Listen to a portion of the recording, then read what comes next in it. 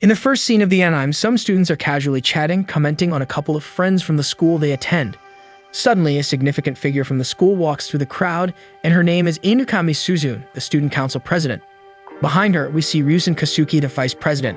Strutting through the hallways like the ultimate authorities, the two students capture everyone's attention while promising to change the entire school regulations through well-elaborated arguments. However, behind these people who seem born to grab the world's attention are the ordinary students with nothing special to offer the world. One of them is Yusato Ken, a plain and common high school student. Amidst a monotonous life, perhaps the most exciting thing lately has been watching a bird's nest grow under this cold rain. But the truth is, Yusato is not happy with this mediocre existence. In fact, he wanted an extraordinary life, full of remarkable feats and fantastic challenges. Since that's not the reality, Yusato settles for going home and watching any TV show while stuffing his face with mayonnaise-coated Doritos. Speaking of which, it's time to leave school. When the guy goes to get his umbrella, it's no longer there. Someone probably took it. Still, there's one lying around nearby, but Yusato isn't the type to steal one to leave the true owner soaked in a storm. At least not everyone's out to harm others. Inukami and Kazuki, thinking of the student council's reputation, don't want one of the students to go home all wet. So the vice president lends his spare umbrella to the guy. Accepting the help, Yusato thinks that maybe this guy is alright after all. Just because he attracts a lot of attention doesn't necessarily mean he's arrogant. Moreover, even though the two have never spoken before, he knows Yusato's name and even asks if he prefers to be called by his first name or family name, Ken. The protagonist kindly chooses Yusato, and young Suzune approves the idea, leaving the boy blushing with her charm. Finally, the two most popular students in the school invite him to go home together, making the protagonist think that everyone will be jealous when they find out. So the invitation is accepted, and in the middle of the walk, Yusato admits he thought Kazuki was a bit arrogant because he only talked to the girls in the class, practically. Feeling slightly uneasy, the vice president responds that he talks more with them because they make an effort to interact. To Inukami, in other words, it seems no man cares to talk to him. As for the president, according to Yusato, he thought she was even more unapproachable, but the girl doesn't seem to understand why. So Kazuki speaks up to praise how brilliant she is in all subjects as well as incredible in any sport she plays. As if that's not enough, she's also beautiful inside and out. In other words, perfection in person. But Inukami doesn't like being treated that way and asks her friend to ease off the pressure.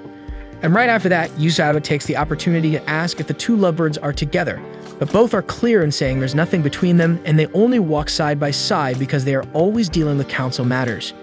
Yusato feels a bit embarrassed for getting into this matter, but Inukami approves of the colleague's attitude because at least he didn't talk about them behind their backs.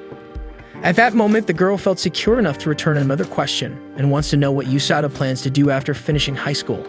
The guy has no idea, but to his surprise, neither of the two prodigies knew either. Inukami can achieve any goal she sets for herself, but that doesn't mean she's sure about which path to follow for the rest of her life. Entering into this subject, Yusato immediately realizes that this is what competent people worry about, unlike him. At least even though they seem so different, Yusato knows well what that feeling of not belonging to the world means. And when the girl reveals this pain, the protagonist discovers that not everything is perfect in the lives of those two. Suddenly, the group hears the sounds of a bell, ringing louder and louder, leaving everyone confused except Yusato, who couldn't hear any noise. Until, inexplicably, a magical circle surrounds the three and seems to absorb their bodies towards another dimension. Startled, the two guys exchange glances and ask what's happening, but Inukami seems excited about the situation, eager to be taken to a place where magical things happen, unlike this gray and normal world where they lived every day of their lives. It is when they wake up in an unknown realm, surrounded by medieval warriors and a king dressed appropriately. Again, the guys remain perplexed by all of this, but Inukami can't hide her happiness at being in such an incredible place.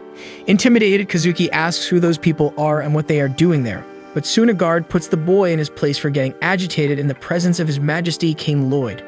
However, the sovereign himself doesn't seem irritated by the young man's boldness, but calmly asks the three students to listen attentively. He is Lloyd Volgast Ullinger, King of Ullinger. He summoned those young people to be heroes of these lands because the demon king dared to invade this world with his army. Therefore, in the face of imminent chaos, the monarch summoned three beings with the potential to become legendary figures, capable even of facing the powerful demon lord. Lloyd summoned the chosen ones through a forbidden ritual known as the Great Hero's Invocation. And as the king spoke, Inukami became more and more excited with words like kingdom, ritual, demon, and forbidden. On the other hand, Kazuki is not enchanted with the speech and rants against Alinger's big shot because he doesn't think it's fair for them to be taken away from their families without consent. However, the king can do nothing, as this ritual only allows the chosen ones to be summoned, but is not designed to return everyone to their place of origin. Still, Kazuki seems like he's about to explode at any moment, but Yusato calms his companion in time. Suddenly, the king himself kneels in front of the three students and promises one day to find a way to take everyone home in the near future. And with everyone present kneeling before the young ones, the monarch humbly asks them to become the great heroes destined to save this great nation.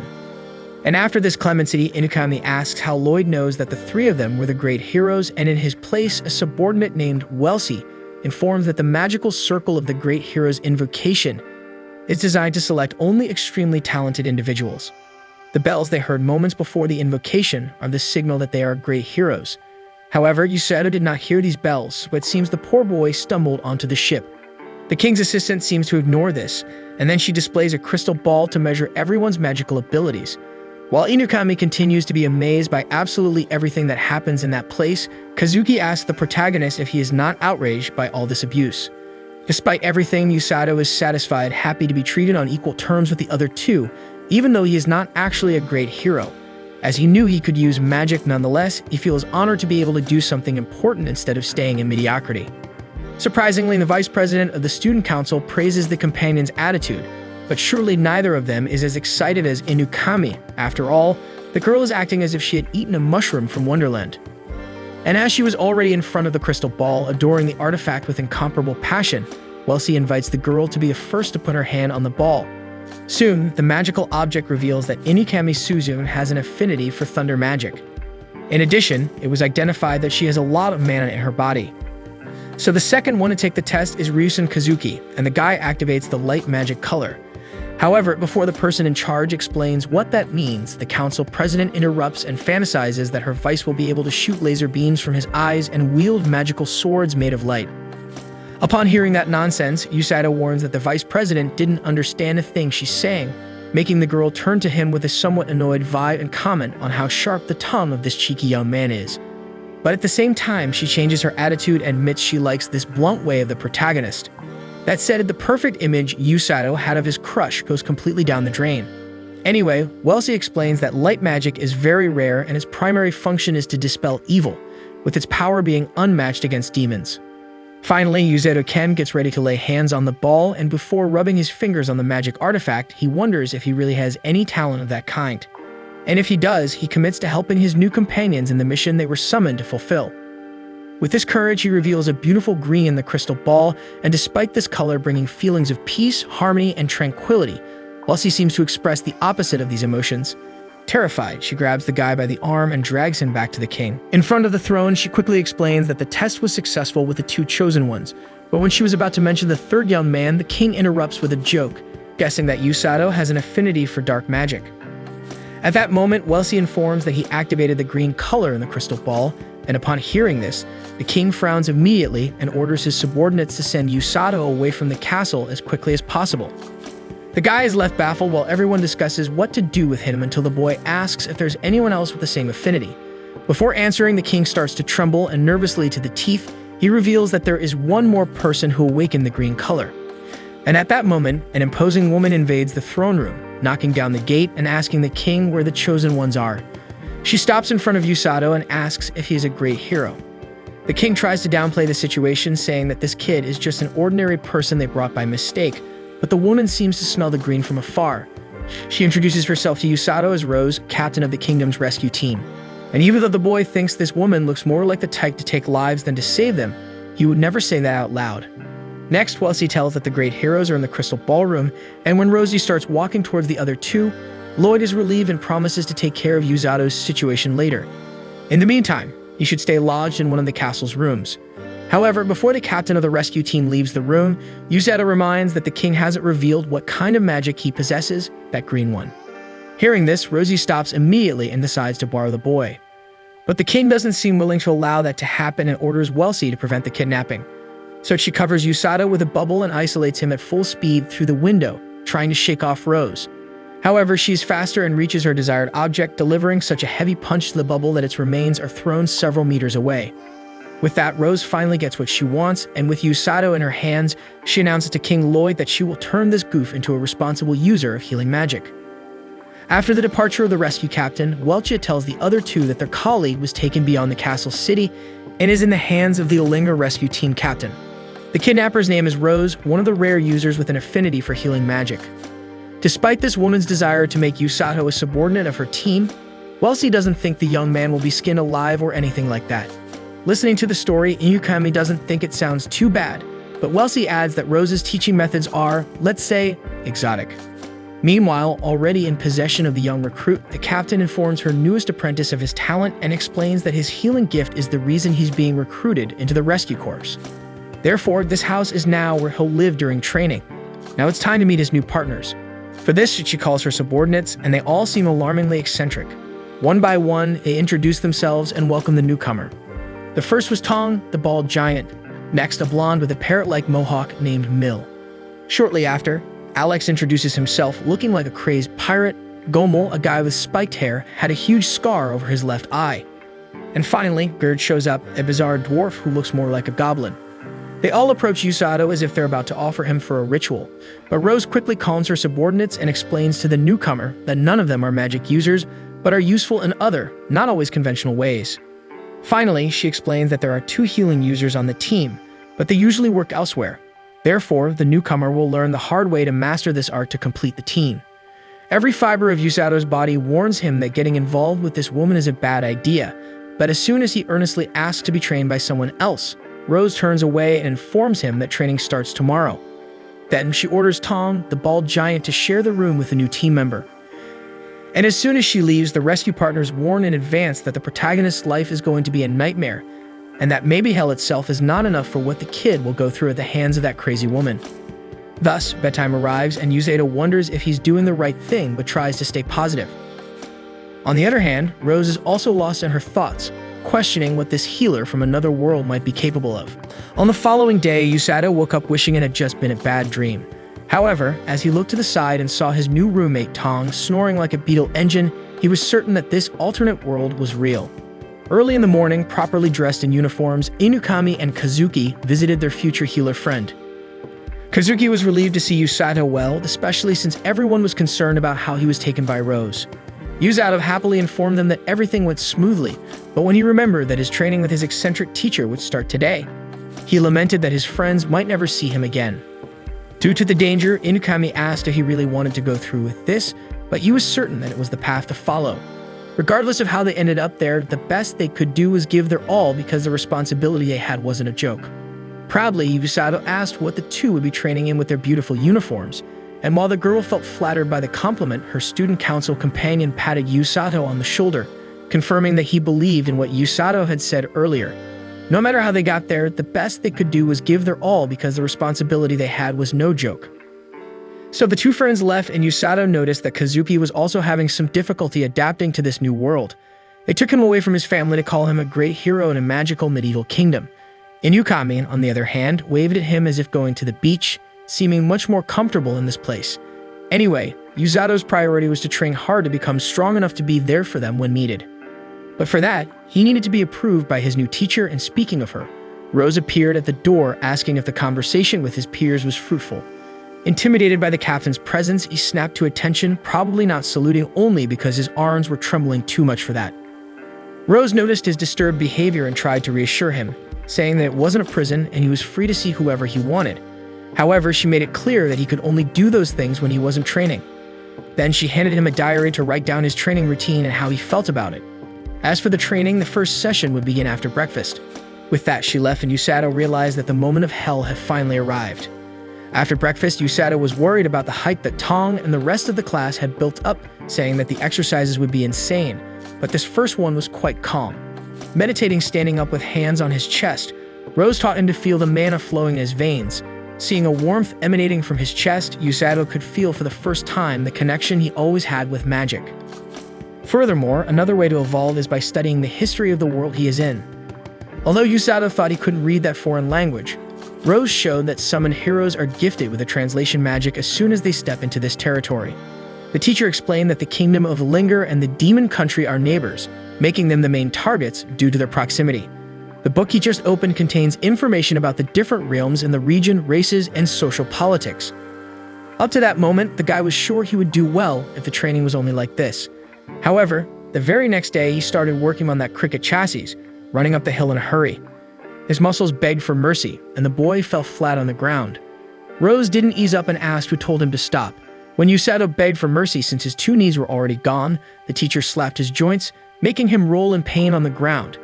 However, like a child suffering just because he thinks he's suffering, he stops to feel his muscles and sees that this healing thing is for real. But with the little show the boy put on, Rose tells him to get back to work, and he continues his run with the certainty that he'll die at the hands of that woman. As he distances himself, she encourages him to run until he dies since she can revive him to keep running. On the 4th day of training, Usato started running with his companions, and everyone left him in the dust from the short-legged to the chubby ones. Rose continued to make fun, saying she's keeping an eye on the snail with a lap behind. Usato listened quietly but always saved the insults to pour them all into his diary. On the 5th day, he ran until the sun went down and sparks of his mana began to emanate from his body. On the 6th day, he ran in the rain and Rose warned that his speed was dropping. Distracted by the teacher, he stumbled and fell face first into the mud, and of course, he swore he would write all of that in his diary since he couldn't tell his teacher to go to that place. In this moment of anger, the guy's mana made a visible appearance, leaving him impressed with the magic coming from within him. On the 7th day, Rose casually kicked the boy's butt just to make him alert, and since Usato was irritating the teacher too much, she decided to increase the difficulty of the training. As he never said anything to insult the teacher, the boy soon thinks she found out that he offends her in the diaries. But as she doesn't know how to read Japanese, maybe it's written on Usato's forehead that he thinks she's a witch with a heart of ice. Whether discovered or not, Rose grabs the boy and tells him to keep running with the birds. And the next day, the teacher remains unaware of the boy, poking his butt so much that he thought his butt was going to become a base. But just as he holds his butt with his hands, his healing talent finally kicks in and heals his injuries. Not just the pain in the region, but his entire body. And that was the cue for him to finally trust in a healing ability and continue his training even without his teacher's command. With this discovery, he starts applying his new technique in the very next training session. And on the 10th day, he is still lagging behind his partners. However, despite running for hours, his healing ability prevents him from feeling fatigue in his muscles, always maintaining his form. Despite this trick, he wonders to what extent he would be ready to help his friends in a real danger situation. Immersed in his reflections, he tries not to show his worried expression as he passes by the teacher. Still, she instructs him to do 30 more laps with an accelerated pace. On the 11th day, Usato was already at push-up number 828 when Rose decides to reveal the reason he has been focused on physical exercises from the beginning. It's for him to be able to escape from the enemy as quickly as possible on the battlefield and to have the stamina to save his injured allies. The faster he can run, the faster a life will be saved in war. At the end of the training, Usato realized that he didn't get scolded at all that day, but instead of being relieved, it left him with a nagging feeling. So the sun rises once again. After running until the afternoon, Usato does push-ups until nightfall, making him feel lighter. On the 13th day, Rose probably noticed this, so she added weights to the student's body. On the 14th day, Usato's lunch disappeared. He asked the group if anyone saw his lunchbox as he left it on the table and only went to get a glass of water. Shamelessly, Tong admits that he ate it, but only because he thought no one wanted it since it was just sitting there. Unable to tolerate the disrespect, Usato throws a glass of water at the bald guy who, seeing that the boy is really going to fight, determinedly leaves while Usato keeps up with the pace even with the weights. A week later, Kazuki and Inukami visit Usato again, accompanied by a stern-looking warrior who seemed to hold a high rank. Mill points to Rose's pupil, who is doing push-ups with the teacher on his back in addition to a cement block the size of a washing machine. Furthermore, she tells him to pick up the pace while calling him a caterpillar. Irritated, Usato lets out an expression of anger, and Rose decides to ease up on the student, getting off his back and putting another block on top of the first one. Despite this, Usato doesn't back down and continues with the push-ups, even though he can barely move. Rose sees the scene and acknowledges that she will probably be able to mold the kid into what she wants sooner than she thought. The boy's two friends are amazed at his capabilities, and Inukami checks out the guy's muscles. However, not everyone is satisfied with the rescue team captain's training method, so the gentleman grabs her by the collar and tells her to stop this whole circus unless she wants to ruin a Linger prodigy. Despite the man's aggressiveness, Rosie calmly asks the old Sigilist to let her go. She recognizes that he has authority with the sword comrades and all, but she's the one in charge there. Additionally, Rose intends to turn Usato into her right-hand man, so it's ideal for him to undergo the most rigorous training. Yusato is surprised by this information, and Rose continues to praise the student's winning attitude, noting that he hates losing and never gives up. Besides, Yusato is a man who can certainly survive her training. Finally, she tells the student to rest and chat with his visitors, and Siglus leaves Suzune and Kasuki in charge of Princess Celia.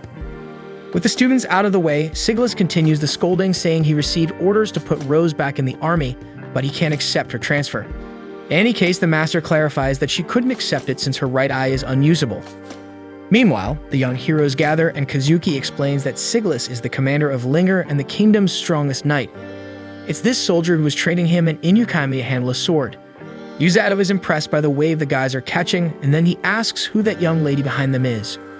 She introduces herself as Celia Vulgus Linger, and upon hearing that surname, Yusato tries to rewind the way he addressed her, but the princess is just like anyone else and prefers to be treated simply. Moreover, she even brought a pie for the guys, proving that blue-blooded nobility can also be humble. During a snack, Kazuki asks Yusato if he trains at that intensity every day. He replies that not really, as today was much less intense, for example. Then he asks how the other two train, and Kazuki says their training is tough too, but Siglus and Welsi value the health and well-being of the students. Yusato likes that line of thinking, but unfortunately doesn't have access to it since Rose, according to him, is a troglodyte. Thus, he reaches out to grab another piece of pie, and upon seeing his friend's ripped triceps, Inukami decides to lift the boy's shirt to rub against that washboard's stomach. However, Kazuki interrupts in time and comments that Yusato must be suffering a lot, but the healer opens up, confessing that he thought a lot about running away but ended up convincing himself that he is evolving satisfactorily, even though his teacher is problematic. Additionally, he is getting along with the rescue team guys, so life isn't so bad. After all, he feels that one day his friends will become combat heroes and he will be in the rear, ready to ensure that no one gets hurt. After this brave speech, the repentant dog finally returns carrying a lunchbox for Yusato. However, the boy doesn't like Tong's attitude, acting as if he's doing him a favor even after stealing his lunch. In turn, the big guy also finds the returning companion strange, and the two solve the problem in the most peaceful way possible. And with everything at peace, Inukami and Kazuki decide to return to their lives in the castle. But before leaving, the girl reflects on why the three of them were summoned together to this world, and even though she is not clear on why this is happening, she is certain that everyone will do their best for the kingdom of Linger. Later, Yusato is relaxing in the bathtub, reflecting on how happy he was with the visit of his two friends, despite Inukami's somewhat intimidating demeanor. Nevertheless, she is right. His body has changed, he's faster, stronger, and his muscles regenerate even with this absurd training. As he vividly recalls, Rose taught that physical conditioning would be the salvation of wounded fighters, and their lives depend on it. Due to all this pressure, Yusato is unsure if he can bear the responsibility. After all, he may have strength and muscles, but the mind needs to develop at the same pace as war demands that maturity.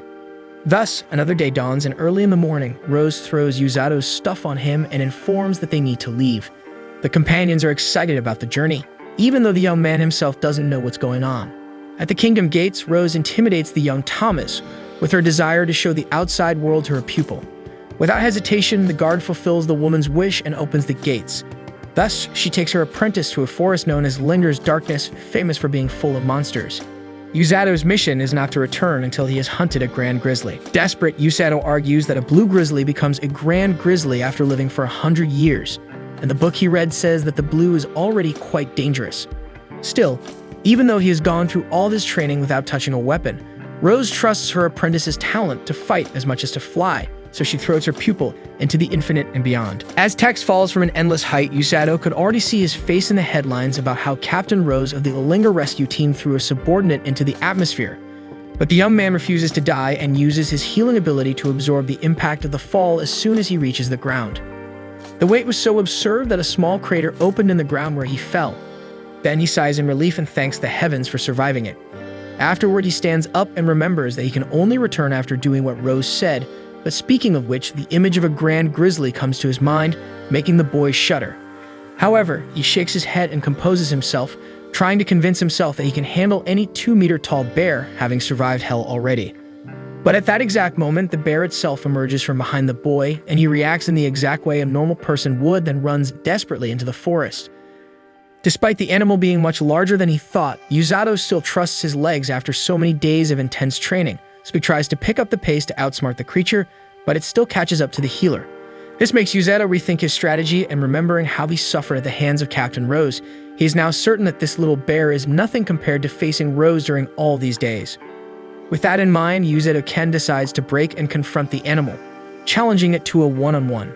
However, 2 more blue grizzly have just arrived and started chasing the boy as well. This was the final warning the protagonist needed to really get out of there as fast as possible, and during his escape, he jumps into a massive waterfall to get rid of the pursuers.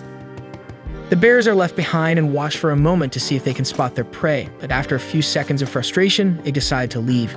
Meanwhile, Yusato is returning to the shore after sinking deep due to the height of the fall. In the late afternoon, he rests while his clothes dry and he reviews his equipment, emergency rations, a canteen, and a knife. As he has nothing to light a fire, Yusato thinks about how his teacher must be a monster to leave him without this equipment. As night falls, Yusato decides to come up with a better strategy to hunt the bear, even without the certainty that he can really do it. Soon, he marks a tree to note the first day surviving in the forest and prepares to sleep. Hours later, the sun is back, so Yusato marks the tree again and puts his new plan into action. The first step is to find out where the enemy lives. After ruling out some places, he arrives in a forest with scratch marks everywhere. Realizing this, he sees a bush behind him starting to shake, so Yusato prepares his knife for the worst. However, it was just a small, injured rabbit hiding in the bush. As it comes out of hiding and exposes its injury to the healer, he heals the little creature's leg and continues his hunt for the grand grizzly, with the rabbit deciding to follow its healer. Worried about what could happen to the little one, Yusato tries to scare it away, as chasing a giant bear is not the safest activity for a rabbit. Despite his efforts, Yusato can't shoot away, but soon discovers that the rabbit seems to respond to what he says, so he tries to find out through the bunny where the grand grizzly is. Then, following his new friend, he discovers the bear's den and realizes they are a family, recalling from a book that grizzlies usually roam in groups. The next day, another mark is made on the tree, and Yusato decides to drink untreated water since he was really thirsty and had no other choice by this point. In the meantime, the rabbit appears again near the boy, and as they are forming a friendship, Yusato takes the little one to observe the bears again. Returning to the den, he sees no change in the location since yesterday, and he even starts to feel sympathy for the blue grizzly. This feeling, combined with the fact that he made friends with the rabbit, makes Yusato realize that he's happy despite everything. But not everything is rosy, and as another day passes, the guy has a huge stomachache from drinking untreated water, and even his healing can't completely stop the pain. However, at that moment, his friend appears again and takes the human buddy to a clean water source, and Yusato feels very grateful. Despite this, the rabbit becomes tense for some reason and climbs a tree to protect itself, as it didn't show this much fear even for the grand grizzly. Yusato tries to imagine what kind of creature could evoke such fear in a little animal. Then a giant snake appears crawling through the forest, and Yusato almost loses his breath, trying to hold his breath as the monster passes by. Later, 4 days had passed since he met this snake, and Yusato still had mustered the courage to face the grand grizzly. On the contrary, the more he observed the bear family, the warmer his heart felt. However, he could only return after completing his goal, so something needed to be done. For this reason, he decides to prepare to defeat the grizzly the next day. But when the time comes, the rabbit does everything to prevent the healer from going on the hunt. Yusato understands that the rabbit only wants to leave after the rain, so he agrees to wait until it passes. Sometime later, the sun clears up again and Yusato goes for the battle, this time making it clear that he doesn't want to hear the rabbit convincing him not to do it since he needs to complete this mission to go home. Therefore, he goes to the bear's dwelling, but as soon as he arrives, he sees all of them lying on the ground lifeless, and Yusato knows that Rose will end him for letting his prey be killed by another aggressor. Examining the injuries of the grizzly family, the healer suspects that the giant snake caused it, and for fun, moreover, as it did meet the prey. During this analysis, the surviving grizzly cub emerges from the hiding place where it was sleeping, and its relatives lie lifeless before its eyes. Yusato's blood boils at this horrific scene, and aware that he cannot let all his efforts so far be in vain, he decides to avenge the bears. Meanwhile, the healer's friends are searching for him, and upon arriving at the boy's house, Tong explains that he left for training in a forest 10 days ago and has not returned. Inukami and Kazuki think this training is a bit excessive, but all the guys in the house can say is to ask them to wait for Rose to arrive, considering that she calls the shots around there. On the way back home, Inukami comments that the vice of the council gets very worked up when it comes to Yusato. Kazuki asks if she's not worried about this situation, but the girl believes strongly in Yusato's abilities in addition to having faith that the decisions made by Mistress Rose are always seeking the best for her pupil. This conversation affects the young man a bit, but he acknowledges to himself that he also believes in his friend's strength. Meanwhile, Yusato is preparing for a deadly duel against the venomous creature. He He eats, sharpens a combat spear made of wood, and stretches his body to achieve his best form. Having done this, he asks the rabbit to guide him to the enemy. Upon arriving, the little rabbit must flee to avoid getting involved in the problem. After a long journey, they finally reach the monster, which is about to devour the last member of the grizzly family. Yusato sees its immense size and feels terrible fear, but as a student of Professor Rose, he knows that nothing in this world can be more frightening than this, so he advances on the opponent. During the assault, the snake tries to swallow the human, but as soon as he dodges, he manages to pierce the animal's eye with his spear. The snake cries blood and strikes the boy with its tail, who uses his healing to mitigate the impact. However, this does not shake the protagonist, who now has the advantage of the blind spot on the enemy's right side, so he tries to concentrate his attacks there. However, the snake itself lures the target to its blind side and manages to bite his arm. Despite this, Yusato was holding his knife with that hand, so he uses his healing to numb the arm and force the blade into the creature's mouth. Despite this, the snake's venom had already spread throughout the protagonist's body, and his vision begins to blur in front of this monstrous enemy. However, the stomach pain he had after drinking untreated water turned out to be quite useful for this occasion, since the healing procedures for both cases are very similar. All Yusato needs to do is direct his healing from the inside out instead of the other way around. So he applies this method and returns to the fight after dispelling the venom. When the snake was about to hit the boy again with its long tail, a blue grizzly cub holds the blow and allows the human to pass. Then, Yusato climbs onto the enemy's head and delivers a punch so strong that it hits the snake's skull and makes it fall. Nevertheless, it was still alive, and Yusato used his recovered spear to shred whatever parts of the creature he could. After several consecutive attacks, the beast finally stops thrashing. Exhausted but victorious, Yusato receives the affection of the blue grizzly cub once his family's revenge is consummated. Yusato would love to heal the bear at that moment, but dispelling its venom costs so much mana that he would need time to recover since he couldn't even move properly. And it was at that exact moment that the giant snake rises once again. Overwhelmed by despair, Yusato curses his teacher as a wild ogre for putting him in this predicament, and while the bear cub tries to get the boy out of there, the snake makes its final strike to end the story. But before it can devour its victim, Rose appears, crushing the beast's head and destroying it once and for all. Startled and relieved, Yusato asks what his teacher is doing there, and she informs him that her pet, Kukuru, warned her of the danger as he was assigned to watch over her student. Then, Yusato recalls that the rabbit appeared injured, but Rose explains that Kukuru pretended to be hurt just to gain the pupil's trust. In fact, Rose was prepared to intervene at any moment if things got too big. Afterward, she explains that this snake is one of the many creatures created by the Demon King, and since Sigilus couldn't defeat all of them in the last invasion, this creature probably escaped the forest. As for the Grand Grizzly, Rose didn't imagine it would be killed this way, considering that not even an entire elite troop would be able to take down that bear. Knowing this, Yusato asks how the heck the teacher thought he could face something like that, and she confesses that she didn't expect him to win the battle, but just to gain experience facing a creature much stronger than him. Moreover, Yusato's mission became quite interesting, so curious, Rose let things unfold. Yusato gets nervous about his tutor's negligence because he could very well have died in that battle, and the grizzly cub steals the boy's pains and growls at Rose. She comments that the little bear really developed an affection for him after everything that happened, and when the animal starts playing with Yusato, she notices how much she and Yusato are alike. For this reason, she orders the grizzly to accompany the boy and carry him back home. But instead of the bear carrying Yusato, she lifts everyone with one arm while commenting that she heard Yusato calling her a wild ogre. So she warns the boy that he won't be sleeping tonight. Later, Rose asserts that her pupil passed this test with flying colors. In other words, he is qualified to stand by her side on the battlefield. And even though he hasn't mastered the basics, he already has everything he needs, such as a body capable of enduring pain, excellent physical fitness, and a strong mental state. The other healing users are now on the same level as Yusato, so he should be proud to be at this level. Moreover, he should maintain this momentum in training because the demonic army is about to attack. Meanwhile, Amila Vergrit, the commander of the Third Army, asks a subordinate how the preparations for the attack on the kingdom of Linger are going, and the wound responds that the troops are ready to march when the order is given. Yusato and Rose will be part of the vanguard responsible for healing wounded allies during the conflict. The protagonist questions other magic users like Tong and the other guys because he doesn't understand why only he and his master are going to the front lines. Rose explains that there are two other healing users, but they have different roles in the conflict, so it will truly be only master and apprentice dealing with the battalions. But regardless, even though Rose trusts the kid to this extent, she clarifies to him that his determination still needs to be solidified. Meanwhile, the Demon King grants leadership of the attack to Amira Vergret, stating that a fight to the death is unnecessary. However, since the enemies escaped once before, the Sovereign wishes for the leader to be quite decisive in this attack. As Amira never hesitated, the king praises her subordinate's serious attitude.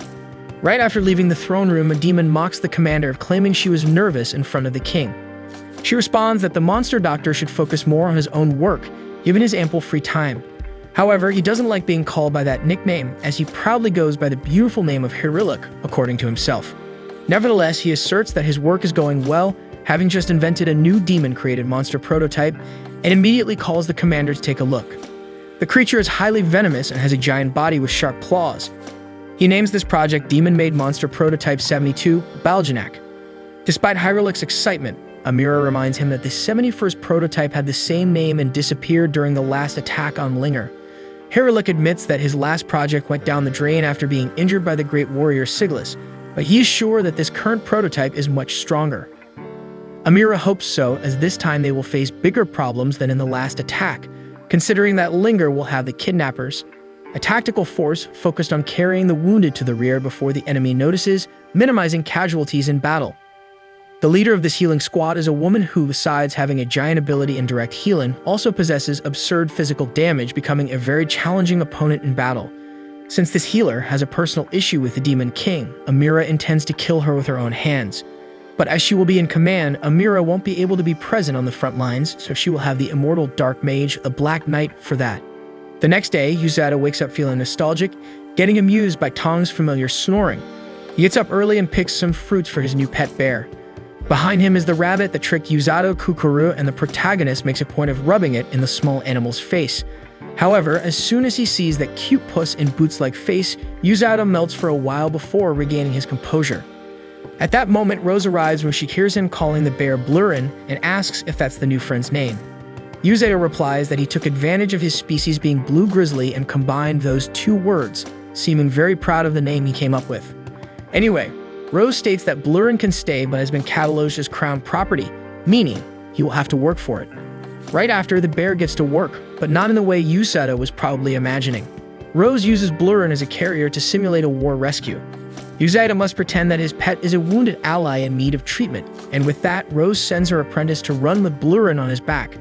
Initially, Yusato was comfortable with the weight controlling his steps, not to waste energy since the creature on his back is heavy. However, Rose doesn't go easy on the boy, telling him to accelerate more and that his slowness could cause the death of other comrades who should have already been healed. On top of that, the master has Tong and Mill run after him along the way as a simulation obstacle, making it even more challenging. An hour after escaping the first two, Gommel emerges from the ground with a wooden sword, trying to hit Yusato, but the protagonist manages to evade the blows.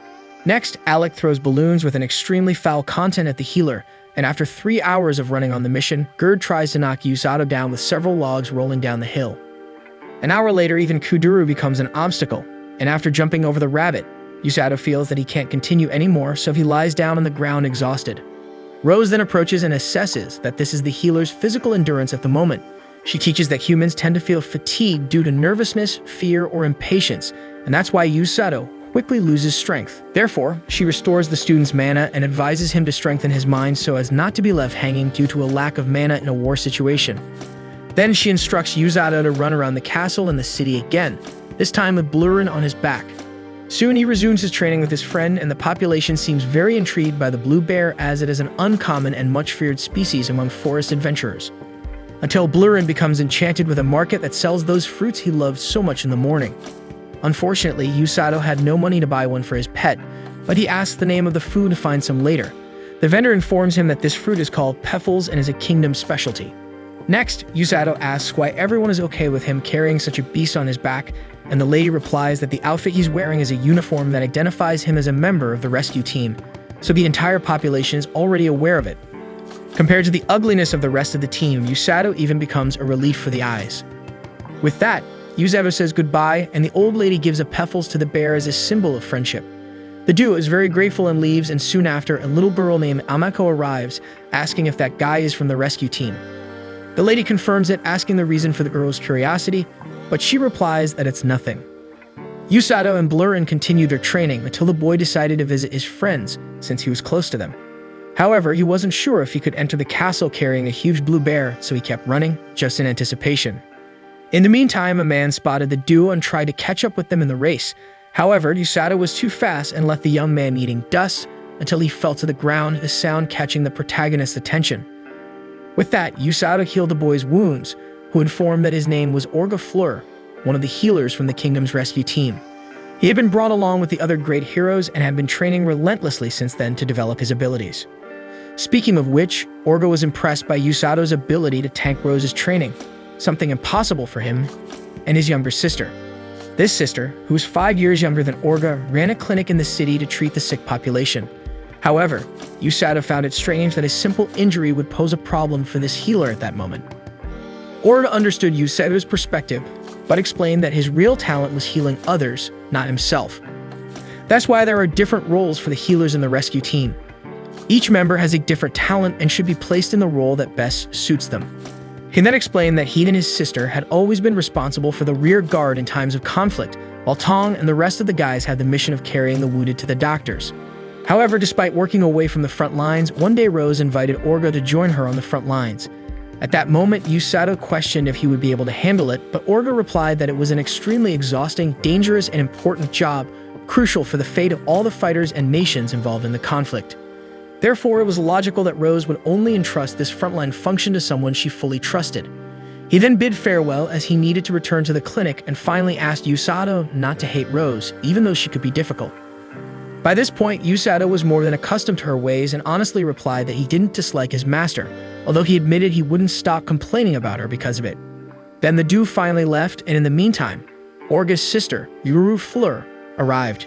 She arrived scolding her brother for walking alone and how dangerous it was. Orga replied that he wasn't that weak, and then revealed that Yuru was about to meet someone quite interesting. Sometime later, Yusato arrived at the castle gates and discovered that he could enter with Blurin, as Rose had made sure that could happen. This information from the guard made Yusato realize that his master indeed had a lot of influence in the kingdom. Upon arriving in the courtyard, he found his friends training with swords, and Inukami was eager to meet the cute blue bear he was carrying. The two sat together, and the healer explained the difficulties and epic adventures he had faced to befriend this blue grizzly cub, but the girl wasn't paying attention to anything. All she wanted was to pet that cute creature. As she was a hero from Linger, Inukami was sure that animals loved her. However, as soon as she tried to touch the bear, he slapped her hand away. Yusato tried to justify that Blurin was shy, so the girl shouldn't be frustrated about not being able to pet him. But she didn't admit embarrassment and claimed she was just enjoying petting his paw. So Yusato recommended that his friend try calling the animal by name, and she reached out again while calling him Blurin, but the bear was too sleepy and just ended up using the girl's hand as a pacifier.